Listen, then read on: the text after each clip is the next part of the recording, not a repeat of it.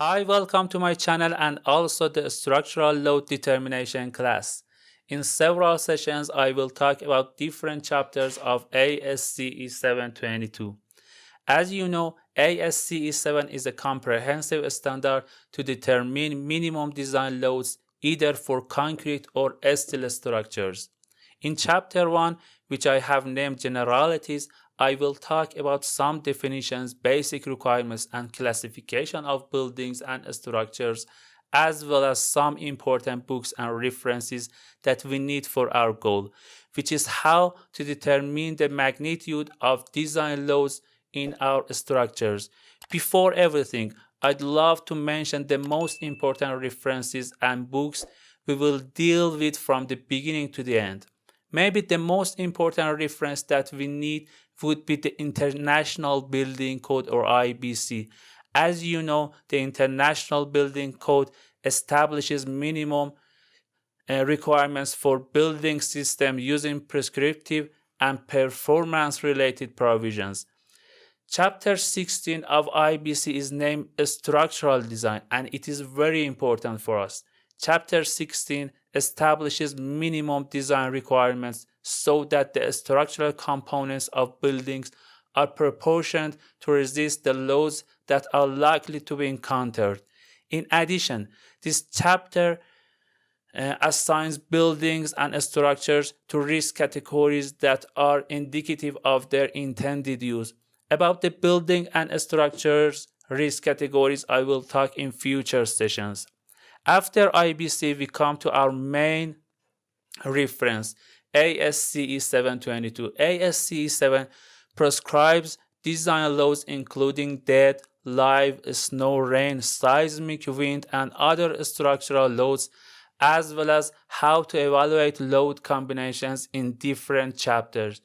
Note that ASCE 7 is one of the several codes and standards that are referenced by the IBC.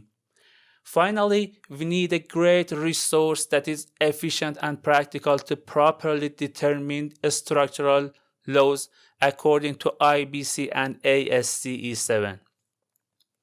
This useful and comprehensive book is Structural Load Determination by David Fenella.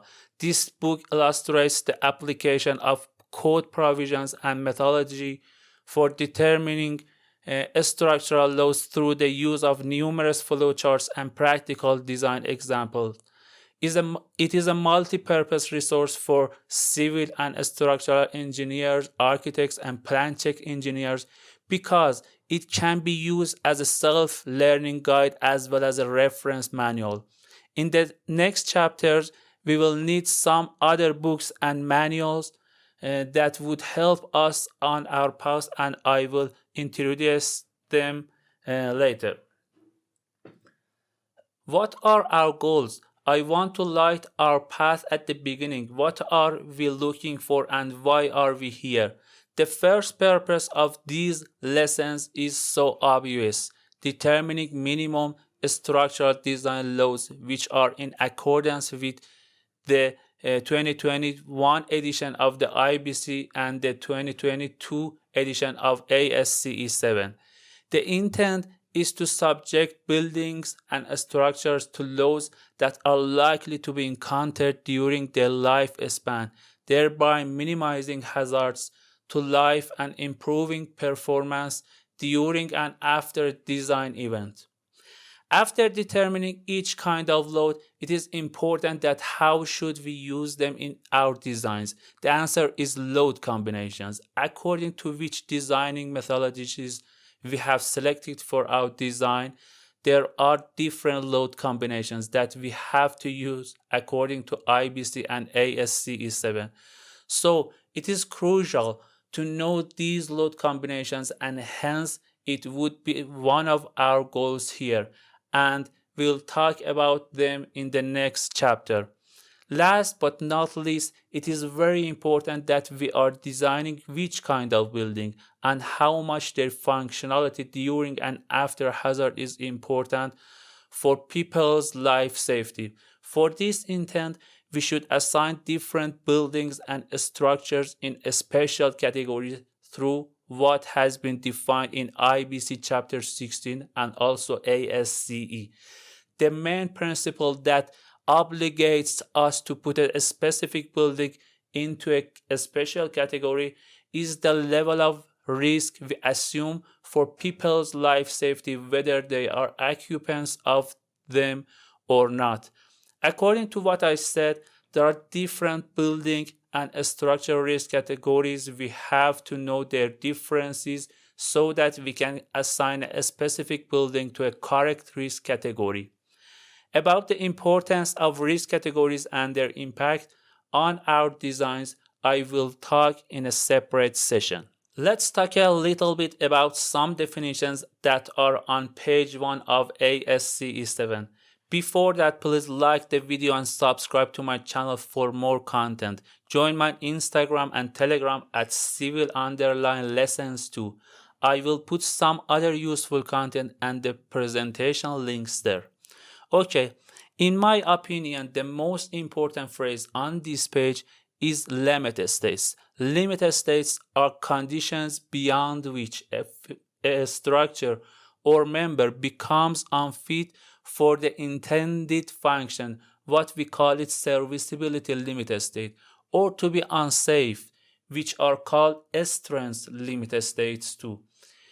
And we have different procedures to satisfy these limit states. Maybe the most well-known method for this intent would be allowable stress design, ASD, which we used to use for many years and also till now for many structures, and we also know it as working stress design, WSD. As you can remember, the fundamental equation for this method was something like this. In this equation, elastically computed stresses produced in members by nominal loads shouldn't exceed a specified allowable stresses divided by a factor of safety. About the nominal load, I will talk shortly. The allowable stress obtained from different codes, standards, and also the strength of materials formulas. Safety factor, as you know, is a factor that considers both deviations of loads and strengths and always is greater than 1. Secondly, we have the strength design method. The equation in this method is something like this. In this method, factor loads do not exceed the member design strength, which is also called the load and resistance factor design method, or LRFD. In this equation, RU represents nominal loads and is the magnitude of the load specified in the ASCE 7 standard for dead, live, wind, tornado, snow, seismic loads, and so on. Gamma is a coefficient that considers deviations from the actual load to the nominal load, uncertainties in the analysis, and the probability of occurrence of more than one load simultaneously. All in all, for the left side of this equation, the resultant product of the nominal load and the load factor is called factored load. On the right-hand side of this equation, Rn represents nominal strength, and it is the capacity of a member to resist the effect of loads as determined by computations and formulas derived from accepted principles of structural mechanics or by field and laboratory tests. Phi is called the resistance factor, and it is a coefficient that considers deviations of the actual strength from the nominal strength, that is also called the strength reduction factor. And finally, the multiplication result of the nominal strength and resistance factor would be design strength. Subject to the approval of the authority having jurisdiction over individual projects, the performance-based procedure is another way to satisfy different limit states. I'll talk about it shortly. Remember that it is permitted to use alternative procedures for different parts of a structure and different load combinations, subject to the limitation of ASCE 7 in Chapter 2. Now, let's talk about some basic requirements that relate to limited states and consequently our structural designs very much. Firstly, and in some ways the most important parameter would be strength and stiffness. Buildings and other structures and all parts shall be designed and constructed with adequate strength and stiffness to provide structural stability, protect non-structural components and systems, and meet the serviceability requirements. Their strength shall be calculated using one or more of the following procedures. About the two first procedures I talked previously, the performance-based design procedure method is an alternative to the prescriptive procedures in this standard, characterized by project-specific engineering analysis optionally supplemented by limited testing to determine the computed reliability of an individual building or structure. The serviceability of a structure relates very much to its stiffness to limit deflections, lateral drifts, vibration, or any other deformation. Stiffness is the extent to which an object resists deformation in response to an applied force, as you can recall from lessons like the strength of materials. I severely recommend you to have a simple search on the internet about the differences between strength and stiffness phrases, having a better perception of them.